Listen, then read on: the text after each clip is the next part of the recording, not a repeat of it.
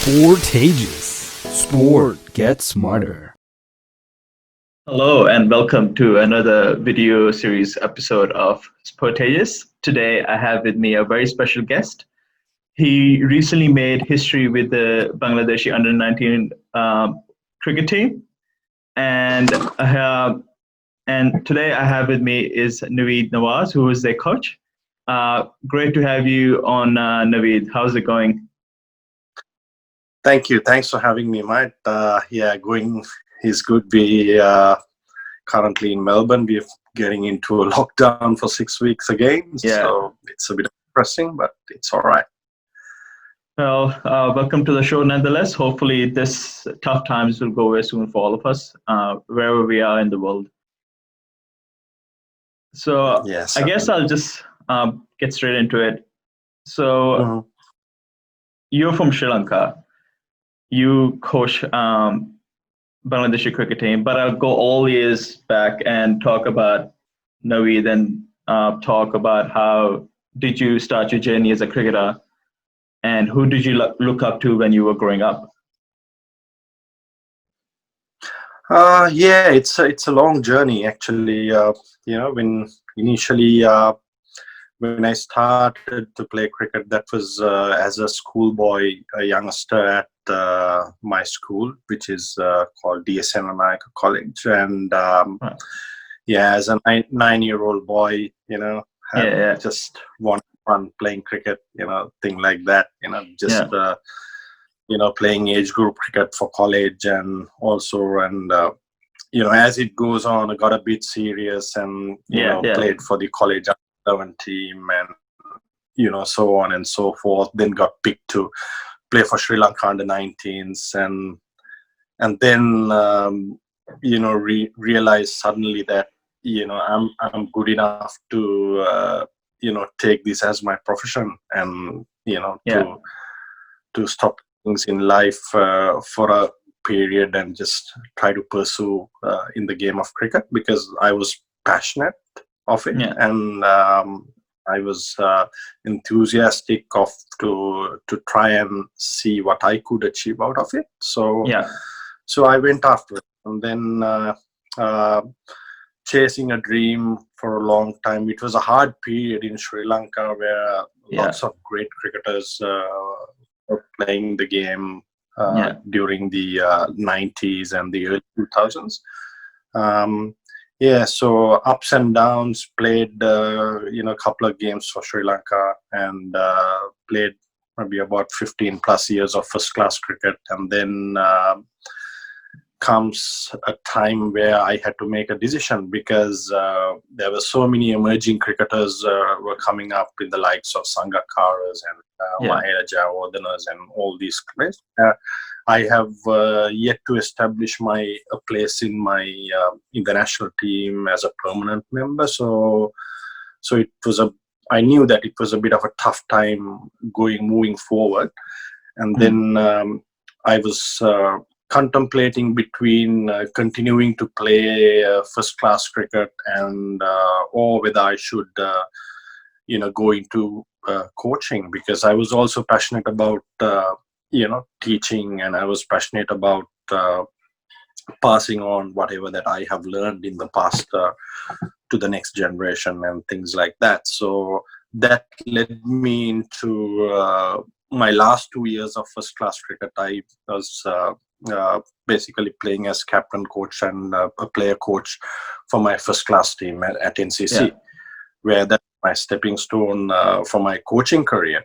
But soon I moved out of my club and then started coaching in other first class teams, couple of years, and then achieved great success doing that. Then I was more interested to learn more about how to manage people and how the minds work. And so I did a lot of exploration, did a lot of reading, and came to Australia. I've been to Australia before on playing cricket, but this time in 2007, I came to Australia trying to learn, trying to study. So I came here about 3-4 times and did my coaching courses and things like that, trying to upskill myself now as a coach, not as a player. Yeah. And then landed in a job at Sri Lanka Cricket as the head of under-19. So was lucky enough to get that opportunity, and then moved on, worked for Sri Lanka Cricket for many years, and then we made another vital decision as a it was not a family, it's not a career decision, it's more of a family decision, where we moved out of Sri Lanka in 2015. We moved out and resettled ourselves in Melbourne. And that's when I had to move out of Sri Lanka Cricket as well, because I was relocating. And then comes my new chapter in Bangladesh. So after I moved into Melbourne, settled in Melbourne, settled my young family and all that, then I sort of looked at other opportunities, and that's where I ended up in Bangladesh working for BCB. Great. You taking us through your whole journey from day one till as of today. But I want to take you back to the Naveed who was 9 years old. So when you were started playing, who were the cricketers? We all have role models and someone we look up to. Who were the ones you were looking up to when you were growing up? Yeah, see, in the same school that I was in as a junior, as a 10-year-old boy, I had people like Arvinda De Silva and Hashan Tilakaratne, both two Sri Lankan captains in my school. So I didn't I didn't have to look as far. So right. School is over. I walk to the grounds and I can see these two legends playing in the senior team. So they were my inspiration. And in my school, during the time that I was in school, I had like about 4 cricketers who were sort of playing for Sri Lanka. So that was an inspiration for me. Like evening time, I take up my bag and just walk into the grounds, college grounds, and I can see these legends. I mean, they were still schoolboys though, but we knew that looking at them, looking at the way they were playing, that it's something big is on the way for them. So we were inspired. We were, encouraged by their presence, I would say. Yeah, that's great to have such great players as I guess near you or around you. And did you ever have a chance as a kid to have a chat with them or get tips with them while you were there? Yeah, of course. Yeah, I mean, we would often go and talk to them in school, or when we started playing, little bit senior cricket, and they would always come back to school and have a chat with us and teach us whatever they have learned. By that time, they were either playing for Sri Lanka or things like that, but we were still in school.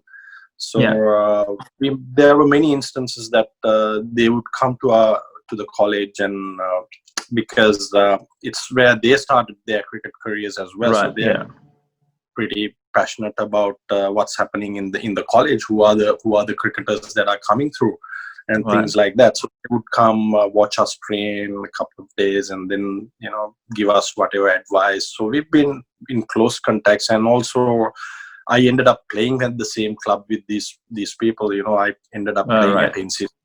Is a prestigious first class team, and then I had the opportunity to sort of extend that relationship with these two players from my school. So I would say, we learned a lot. I guess moving on from there, from your school days and the 19 to your international career. So, I mean, you did end up playing for Sri Lanka. So, as a player, what were the challenges you faced when you shifted from domestic to international cricket? There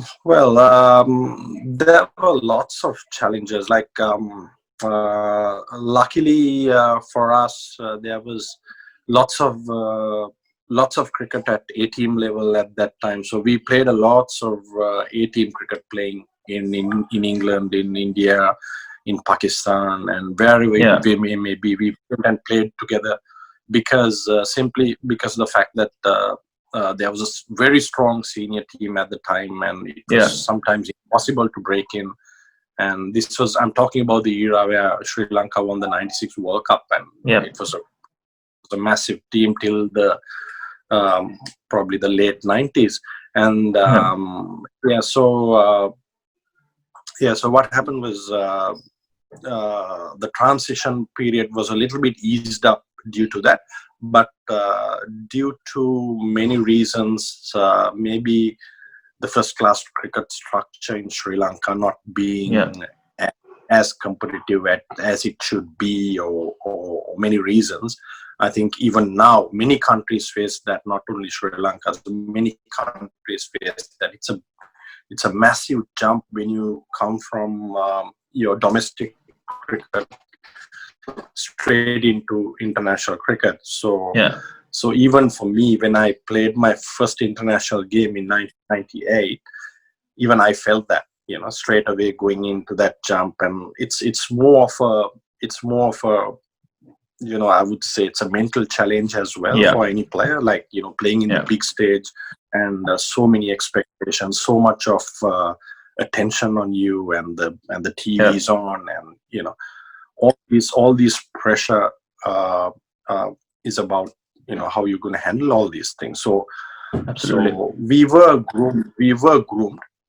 groomed, I would say. That's what Sri Lanka cricket at that time invested a lot of money on grooming these next bunch of players. So we were groomed up to a certain extent, but it was a massive jump. It was a huge jump, which I played my first international in 1998, and then eventually got dropped and played the next one 5 years later. So so it's hard.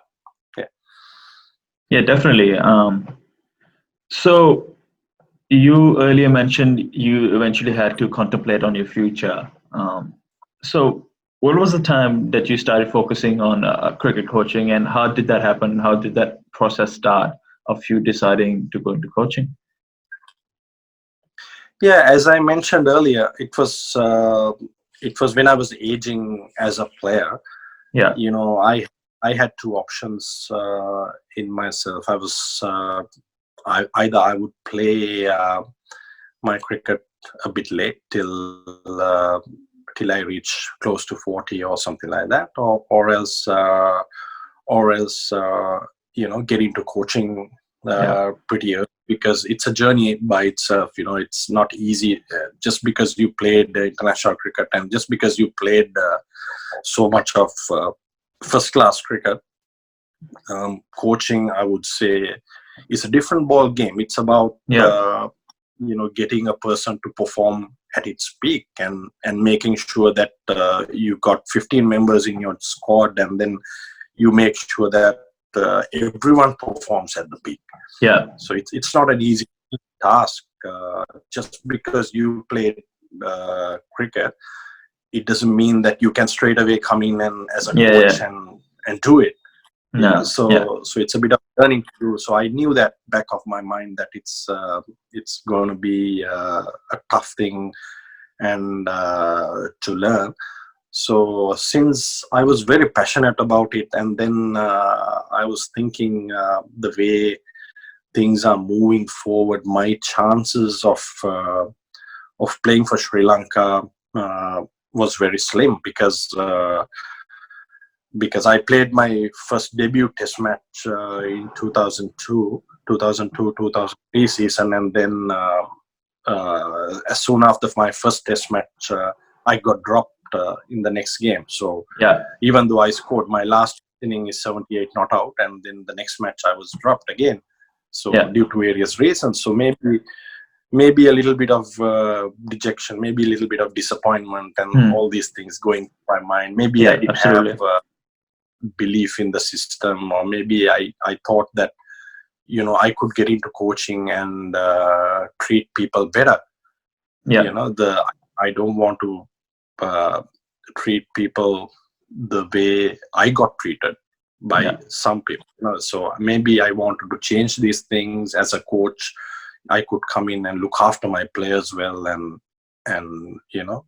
be fair and give them the right opportunities to excel. And a lot of things were going through my mind. So that's the only platform that I could do all these things was if I get into coaching. And then that is a trade that I've been plying for the last 15 years of my career at that time. So maybe that also was a reason for me to get into coaching. And then automatically there was a position open in my first class team for a coach, and then I approached the management to see if I could play and coach, do a dual role at the moment. And then they gave me the do it. So I did it for 2 years, and I was enjoying it, looking after junior players in the club, making sure that they train hard, making sure that everything's in place.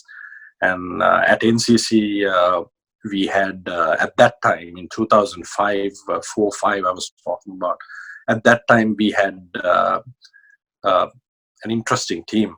There was Sangakaras, there was Tilakaratna, there was Arvind Disma, there was Ravindra Pushpakumar, Russel Arnold, Ruan Kalman. So it was a massive team with big names, right? So my first coaching opportunity was with that team, and I was an amateur. I have to admit that I was an amateur. And I was not a coach. I was just getting into it, and I was just trying to help the players, and also doing a bit of self-study about myself, how I would get around this. So that's how it happened. Wow, there must have been maybe at times intimidating with all these players around you, and you have to coach them and give them advice. How did they receive it though? I want to know that. Were they really easy about it, or sometimes they they get a bit defensive, or how was that like? It was good because they knew that I had a role to play, and I always made myself clear that I had this role. I have this responsibility on my shoulders that I have to do it. So it's not that I to teach a person like Aravinda De Silva how to bat. Of course. I just have to manage things at that time. Just about managing things. Making sure thing is under control. And there were also in the club we had a bunch of juniors who would come in, so to make sure that they also had a place in the team, that their voice is also heard by the others, and make sure that there were no too much of bureaucracy in the team to have seniors, things like that. It was a different role altogether, but I enjoyed it, and I got the full backing from everyone, I would say. So it was pretty enjoyable, though I know it's pretty stressful as well sometimes. Understandable. That's very understandable. So you did end up coaching Sri Lanka's women's team as an international coach. How was that experience like, and would you take us through that? It was a very brief period where I was a consultant for the Sri Lanka women's team in 2008-9, I would say. Around that. So it was a very brief period. It was like a 6 month period where I worked with them, with the girls. Initially when I went in, what I thought was by Sri Lanka Cricket took over the girls, most recently at that time, but at that time our girls were not where they are now. I mean, they are not much better group of players now, but at that time, they were they were struggling to hit the ball, and Yeah. by nature our girls are very small made and very, they're not strong girls, right? Okay. So the journey was, I saw that, and I advised the coaches who were there full time. I told them that these girls, looking at how the Australians, the English girls, the New Zealand, West Indies, and the South Africans, those girls play cricket, and it's mainly a 2020 culture that they have. So they need to get stronger. They need to be able to hit the ball out of the 30-yard circle. So if not, what I mainly saw was that there would be a ring of fielders inside the 30-yard circle, and our girls would always find it hard to pierce it. They would always hit to the fielder, and then had no option but to get themselves run out. So every game you would see about 4 or 5 runouts. Wow. So what's the reason? Just because of the issue was their strength. They didn't have the strength to hit the ball out of the circle. And then the oppositions would sort of capitalize on this situation and bring the field close in and allow them to sort of put them under pressure for runs. So I think that kind of experience, I mean, I didn't spend too long with these girls to rectify an issue and see growth in them. But of course, I highlighted most of the issues that I saw, and that was the reason where I was put in as a consultant to give them direction. So I gave the feedback as soon as I did these 2 World Cups with them, and the feedback was given to the authorities that these are the areas that you should be working on, and about their standards of strength and how they got to build strength and have the confidence to sort of hit the ball, as it comes as a batting group. Things like that. And then I moved on out of the women's cricket, and then I was in a different year. But it's good to see them grow. They're pretty good now. I mean, there have been many good coaches come and go with working with Sri Lanka cricket with the women's team. So I think they've improved over the years. That's great. So I guess moving on from there, you did also coach Sri Lanka's under-19 men's team. So what are the different challenges facing women's cricket as compared to men's cricket in your coaching experience?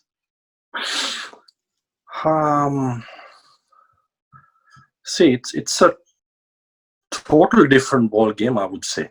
Yeah, it's a total different ball game. Men's cricket and women's cricket is totally different. And I guess I'll say is what were your challenges as well as a coach in these 2 different cricket scenarios? Yes. Especially as a coach, it's about the attitude. When you're working with the girls, it's mainly the attitude of the female athletes, whether they want to become athletes. That's what I saw, because our girls at that time were not athletes. They were just a group of girls who enjoyed to play cricket. Right. They just came up, and I'm talking about 2008, right? It's not current. But now it's turning to be quite different now.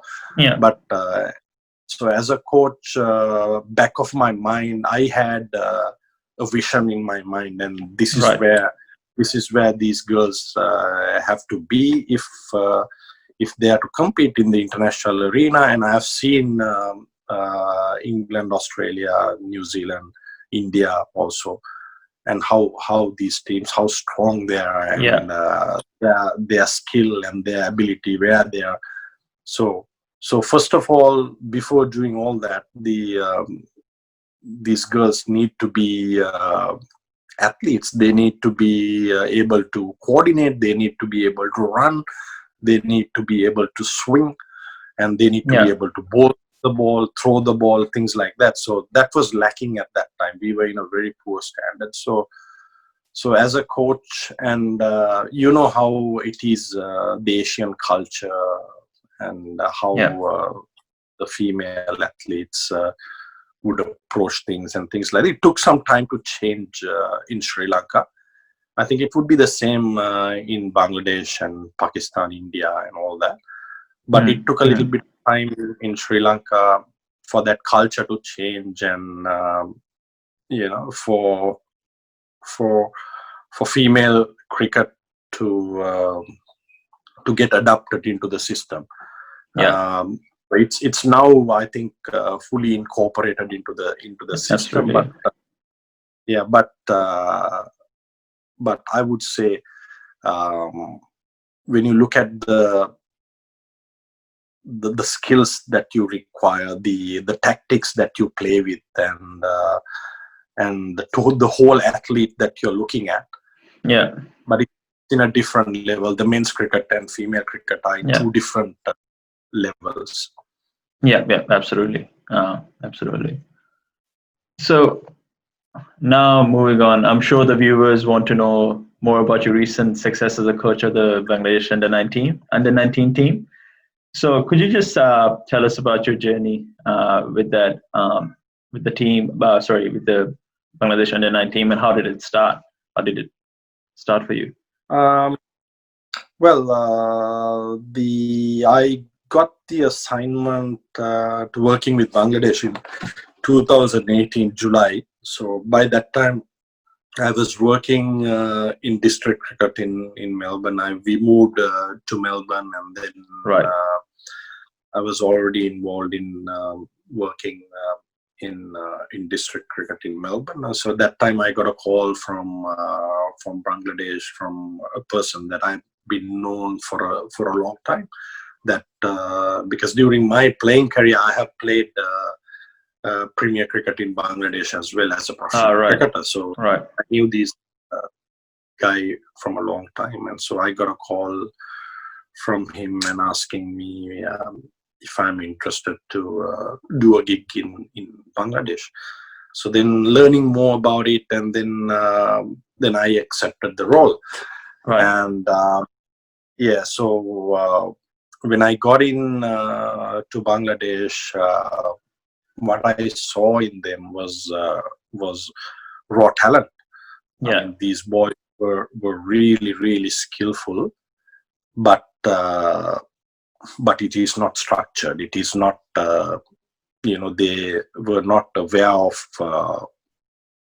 putting things together, organizing things. But they could hit a ball. They could. Some of their bowlers were good, and they were the enthusiastic bunch. So I had a look at about more than 60 odd cricketers when I initially went in the first year.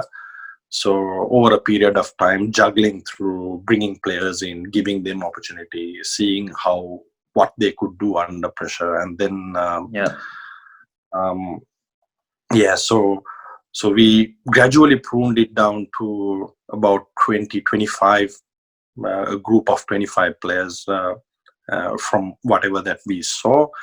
And then the main thing that I saw in them was the eagerness, the enthusiasm to learn. So even if got one of them and working with them, they would always write it down and make sure that they come and ask me next time how is that going, am I making progress, and things like that. So that's something in the Bangladeshi cricketing culture, that these boys are very eager to learn, because they know that playing cricket for Bangladesh could change everything for them. Their whole life and their whole family, everything will totally change. So it's a huge opportunity. So they were up to it. So my the first hurdle was achieved in about 6 months. I was able to group 20, or I would say about 25 players who wanted to be there, who wanted to be there. But that's the main thing. I don't want anybody who don't want to be there. Absolutely. And then that would make my job harder. Absolutely. And then, Yeah. So, and then slowly we started. In the first year, we did all these. We knew that we are playing. We are sort of preparing these boys to play in South Africa. So we knew what are the challenges. With my experience playing in South Africa a couple of times, I knew that the challenges that they're going to face in South Africa. So the first thing we started with these players were, before we did anything, got all my batsmen together, and then got them to play all these back foot shots, to deal with the short deliveries. I would say, not to just block them, but to score runs off them. So that's a practice that we started 1.5 years ago when we started preparing for the 2020 World Cup. Right. That's a practice. Every time before we start, we would always have a net assigned for the short ball. We would have a concrete, a granite slab on or anything like that, and every batsman is assigned to play at least 100 balls in there, trying to deal with the short ball, trying to score runs off the short ball. Right. And we did it for 1.5 years. We basically every day in, day out, when you go into the net, everyone goes into that net and get hit a couple of times on the head. Absolutely. Bodies, and then they learn to deal with it. And sometimes some of them have come to me and told us, this is not going to work, and this ball is bouncing too much, or various excuses. But I said, no, you got to deal with it. This is a part of your training. You just do it and come. So over a period of time, I also noticed that they were getting comfortable with it, and they were getting better at the shorter ball. And because it is difficult in Bangladesh to replicate these conditions, because in Bangladesh, most of the tracks that we play on are knee high. The ball wouldn't bounce above the knees. So these players, by nature, when they came in to play, they are all front foot players. They're very good on their front foot, and they are early committed onto the front foot, because they know that even if the ball pitches short, that it wouldn't bounce that high. So they can deal everything on the front foot. But I knew back of my mind, it's not going to be the same in New Zealand. It's not going to be the same in Australia and South Africa. So we had to adapt to that. And the first year we did our homework, and we sort of ironed out the areas that we need to sort of sharpen on. And then by that time, I had done under-19 World Cups with Sri Lanka. I had done 3 under-19 World Cups with Sri Lanka, 2010, 12, and 14. So probably in the 2020 under-19 circuit, out of the coaches, I was the most experienced coach, because I knew exactly how these tournaments run, and I knew exactly what are the skills needed for the under-19 cricket, and what are the skills that each and every team will have, and what skills that we need to be above the line.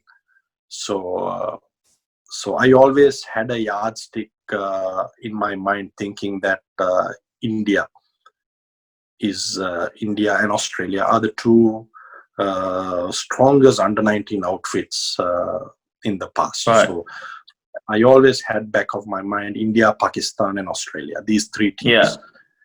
So as long as we can come close or challenge these three teams, I knew that we are right up there. So we played against India in the under-19 Asia Cup 2018, and we played in the under-19 Asia Cup 2019 final against India. We lost it by just 1 run. And then we played them again in England against a triangular final. That one, we scored 274, and India chased it down in the last over, 4th ball. So I knew in my mind, okay, whatever that we are doing is working for us. Yeah. Because my yardstick at the top level of under 19 cricket was India was always the top level, because they had like 5 players who've been picked up from the for the IPL auction, and they got so many young players who's been coming through the ranks, and boys who scored double hundreds in the first class system, in the Ranji system in India. So so on and so forth. So they're a very strong group of players. So I always mentioned this to my boys, told them, if you can get that close to India, that means we are up there. We just need to see what we can do to beat them. So we had quite a bit of run. We played India in 2018 Asia Cup semi-final. We lost to them, and 2019 final Asia Cup. Then in England, we played 5 games in the triangular with them, and then that was so we had about 6-7 games against India, and we won 2 or 3 games, and we lost maybe more than we won. But it was a learning for us. It was a learning for us to see how we could plot to beat India if we meet them in the World Cup. And back of my mind, we played bilateral series before we came to the World Cup against Sri Lanka, New Zealand, and many other teams, but England also. But we always thought that we are far ahead of all the other teams. But our main challenge was, like I told you before, to play Australia, to play England, to play India and Pakistan. Those are the 3 teams that we were looking at. That where we will meet them in our standing, and then how we are planning to beat them. So so that's how we got in. And then when it comes to the World Cup in 2020, we in our group we had Pakistan. We had Zimbabwe and Ireland, I think. So my main idea was to how we can end up being the group leaders. So that was our first. We never thought of becoming World Cup, getting into the World Cup final, or becoming champions. We never looked that far. We as a group, we never discussed anything about going into finals or anything like that. We only wanted to go in on that day and play our best cricket, and always stay at with the ball. So that's all we discussed. And back of our mind, our first target to reach was to become the group champions. That's our target. So we went around in our group, and in South Africa with a little bit of rain up and down and all that. So we achieved that. We became the group champions. And then we knew at the start of the tournament, we knew that, okay, if you become group champions, we will play the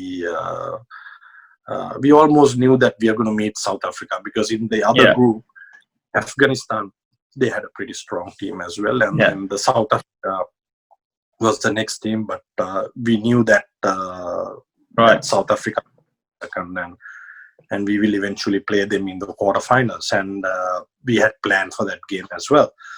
So it was South Africa in the quarterfinal and New Zealand in the semi-final. So we managed to beat both of them, and we came into the final. And then to keep the long story short, we had a few discussions. We had like 4 or 5 days before the final to prepare. So while training and things like that,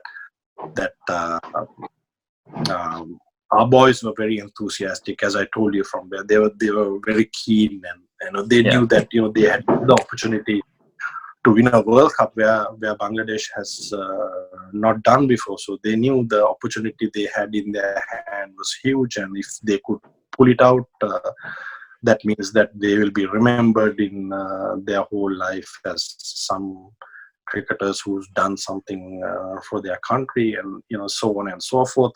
and so many phone calls coming from their country, and I could not control that because sometimes I don't understand the language as well. You know, so many people talking to them, and so many that, this and other. So from the start of the tournament, I put up a rule within them. I told the boys to try and adhere to that. We cut off all the social media with the players. So, and the staff as well, no social media post, and not even getting there. So most of the boys followed that. They never got into social media because it's undue pressure coming to them, and these young boys, they can't handle this. So we cut it off. I told them to cut it off for 2 months, and they all agreed, and they all thought that that is a need of the hour, and they bought into it. And then we cut ourselves out of social media for 2 months. And then so I made sure that when it comes to the final, that don't talk to anybody, just be with your team as much as possible, and your coaches have to tell you whatever you want to tell. And just because it's a final, it's nothing else, it's just another game, we'll approach it that way. And the only change that in the approach that we took in that game was when I actually asked them, skill, we have planned and we have come through this tournament, and we know exactly what we need to do as a batting group, as a bowling group, and a fielding group. We know exactly what we need to do. But I'll ask you up to the intensity of the game, how what intensity the Indians play the game. Can we play above that? And then we had hours of discussion about that. How do we do that? And I have a question similar to... They are pretty high. I have a question regarding that as well. Like the Bangladeshi team we saw, the under-19 team we saw, was the most aggressive and fearless Bangladeshi cricket team we have seen at any level. So is that something you consciously instill in them as a group of players, to be fearless as cricketers? Yeah, in this World Cup, we were talking about it a lot, to how we should push the intensity of the game, and then how we saw that in the Indians, the Indian cricket team always does that. Their level of intensity is really high, but we always thought that our intensity was a little bit lower compared to the Indians, because they would always push you, and they would always be not at a level there where you're not playing inside the boundaries of the game, but still with a very high intensity in whatever you do. So that is something that is one of the areas of our game plan when we came into the final to play against India. We told everybody that whatever you do it with a high intensity, whether you're walking on the field, whether you're moving in between overs, whether you're just a fielder picking up the ball and throwing it back to the keeper, whether you're bowling, your intensity has to be high. You always looking to take wickets. You always attacking the batsman, putting the batsman under pressure. You might get hit, but don't worry about that. Just make sure that you're on your clock again. And I think that's what worked for us in the final, to be able to keep India down for 177. Such a strong batting team for that much was one thing. I mean, that intensity.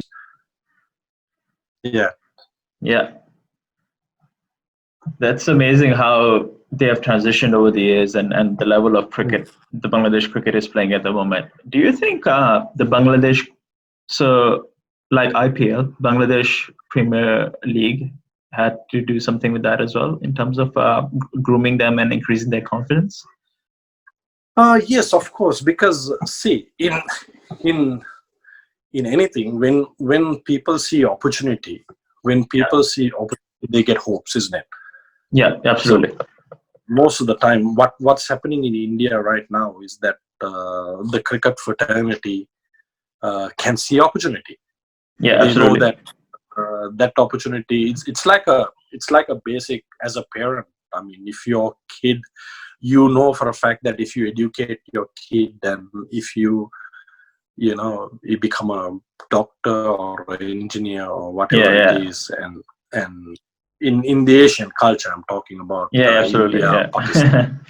Yeah, and all that. So you make because you have the trust in that stream, that you know that if yeah, you make your doctor, that he'll have a good life. He will be a professional. He will work and he will make money where he can look after his family and things like that.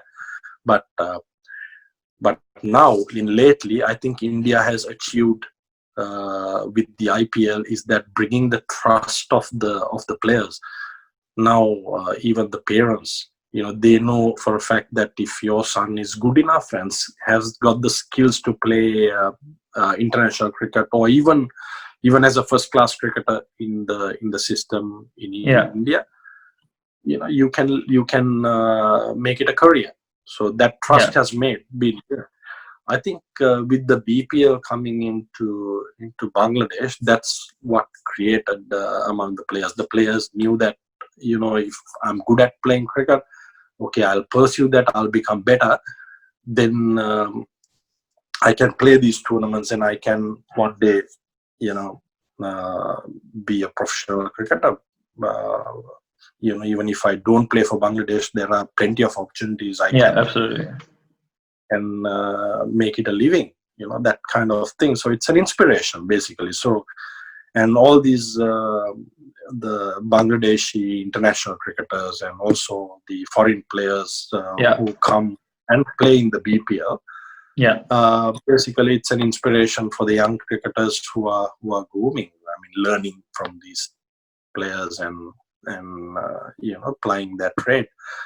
So yeah, to answer your question, yeah, of course, I think BPL is a huge factor, I think. yeah. From this, I'll come back to the under-9 team again. So the players you're grooming, you're not just grooming them as cricketers. You also, they're teenagers, so you have to group them with other life skills as well.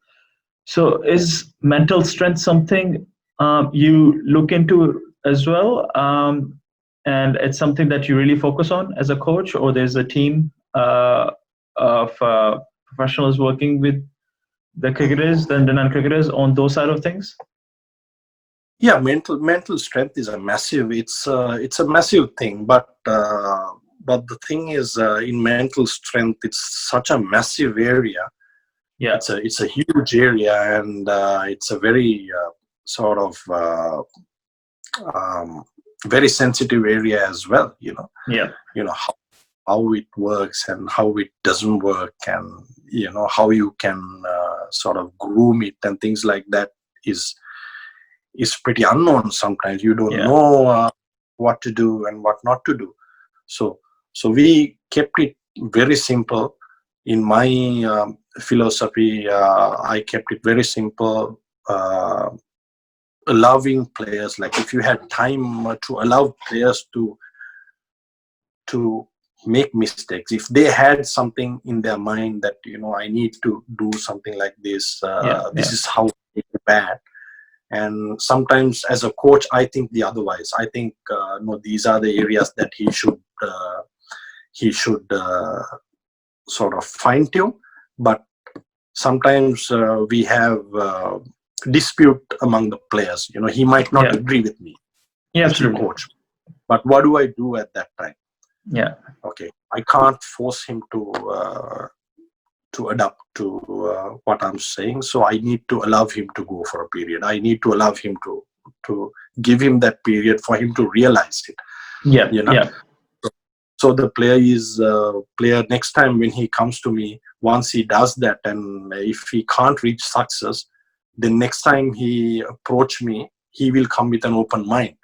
yeah, Right. So this is one of the main areas that I allowed them to go, and during the first year, maybe the first year and a half, very closer to the World Cup, yeah, we sort of allowed them give them the freedom to play their own game, and sometimes give them the freedom to do the mistakes and then do a bit of evaluation with them about how it runs. So this is the mental strength. Mental strength, I would say, is for you to figure out yourself.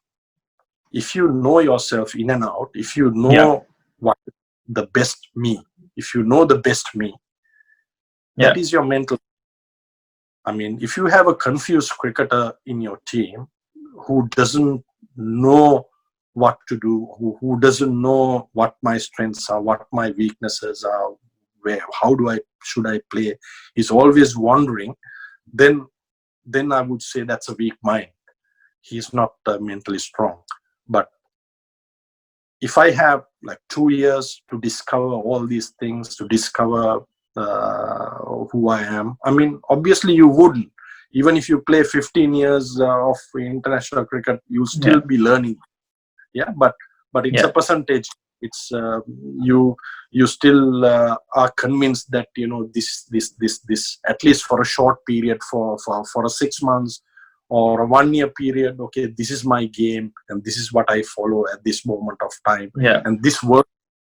So if the players are convinced with that, it will be easier for them, because then it's easy as a coach for me to have my game plan, and I know that this player suits this situation, and this bowler suits this situation. This who's the bowler who's going to bowl in the depth for me, who's going to bowl with the new ball for me, who is the spinner who is mainly assigned to take wickets, who comes and bowls in the middle, who's the batsman who bats in the death overs to up the run rate for me. So it is important that the player and as a coach, me, both are in the same page at their levels of thinking. And then I find that's a mentally strong cricketer who knows him, basically, who knows who he is. And then he knows that he can deliver this, you know. Absolutely. And the other part of mental strength is the fitness, I would say. See, a tired player, a tired cricketer's mind can wander. If you're tired and if you fatigue and if you are not fit, then you can't think straight. I mean, it happens to us as well. I mean, if someone keeps talking to you, as soon as you start running with somebody, and then once you push your heartbeat up to a certain level, and then you can't make clear decisions in your mind if your heart is beating faster, and if you're sort of not in control over that. But if you are a fit person, and if you're a much fitter person, then even at a high intensity where you are pushing yourself into a high intensity, but your thinking patterns you can be in control of if you're a fitter person. So those are the two things that we work about, how to have mental clarity and your fitness. We always had a benchmark on our fitness side of it, and then pushed everyone to achieve those benchmarks on the time period which they're given, and to figure out who they are. So those are the two sides that we worked in the mental side of things. And we also had things like asking themselves 3 questions. We put out 3 questions which they should ask themselves on a quality performance. If something that you're doing is not going right for them, how to correct it. Ask them the 3 questions. So we agreed on these 3 questions, and every time they did something wrong,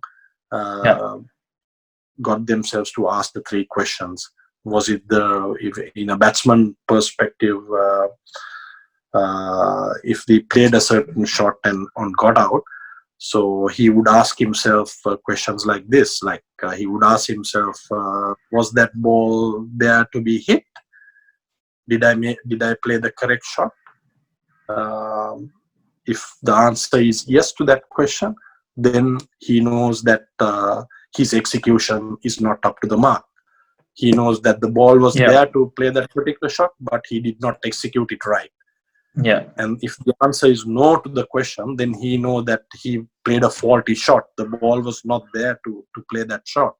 He Yep. played a faulty. That would give you direction to for your next day's training. Yeah. You know, whether you should practice on your execution or you should be focusing on your decision making skills. You know, things like small things like that which work for us. Yeah. Yeah, absolutely. And I guess it showed at the highest level that the Bangladesh cricket team is ready, and they did it. And as you mentioned, you guys were playing with India, and you had this. You lost some games against them, but you won the most important game. Yeah, that mattered.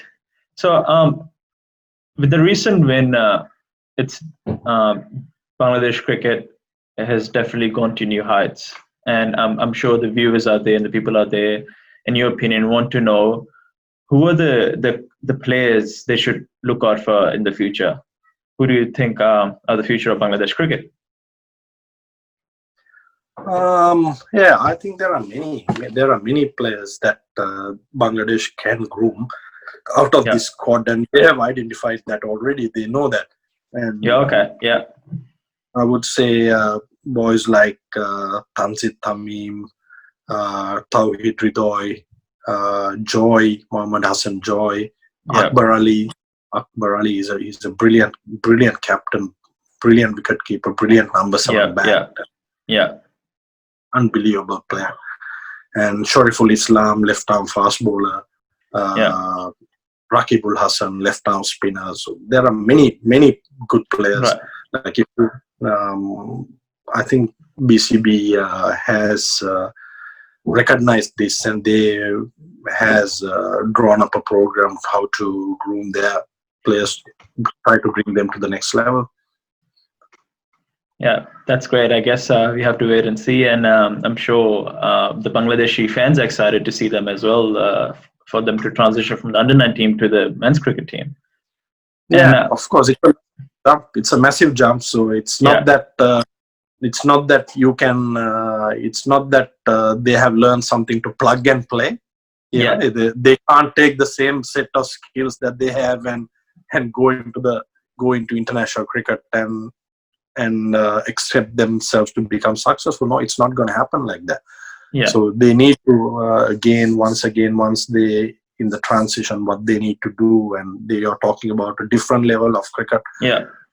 In international cricket, so they need to upskill them. They need to get to where international cricket is to be successful there. Yeah, absolutely. So we're almost coming to the end of our chat. So the last question I have for you is, since your achievement, what's the future for you? Are you going to keep coaching the under-9 team, or the next step is to move to the men's team? Well, I don't know, because it's an open role, because I work for the last. I meant for you as a coach, like for at any stage, like are you planning on moving to the next stage, next level? Yeah, it depends on the opportunity I get, but I'm pretty passionate about working in development areas where I can see, where I can put things right, where I can help people develop, where I can help people to structure their skill. They have got a skill, and if they to structure the skill, I think I can be a massive help to them. So I enjoy working in that area. So maybe in the development area. So I'm mostly interested in working in that area, but it depends on what the future brings to you. So at this moment, I'm working for BCB. So I'm doing most of their development work for them. So leave it at that. And I assume you're working with the Bangladesh under-19 team for the near future at the moment. Yeah, I've signed for 3 more years with them. So I will probably work in the development areas of their cricket mainly. All right, great. With that, we come to the end of our chat. It was a pleasure having you, Naveed, and it was amazing talking to you. Thanks for coming on the show. Thank you so much. And we wish you all the best for all your future endeavors. Thank you, and you too. Yeah, thanks a lot, Naveed.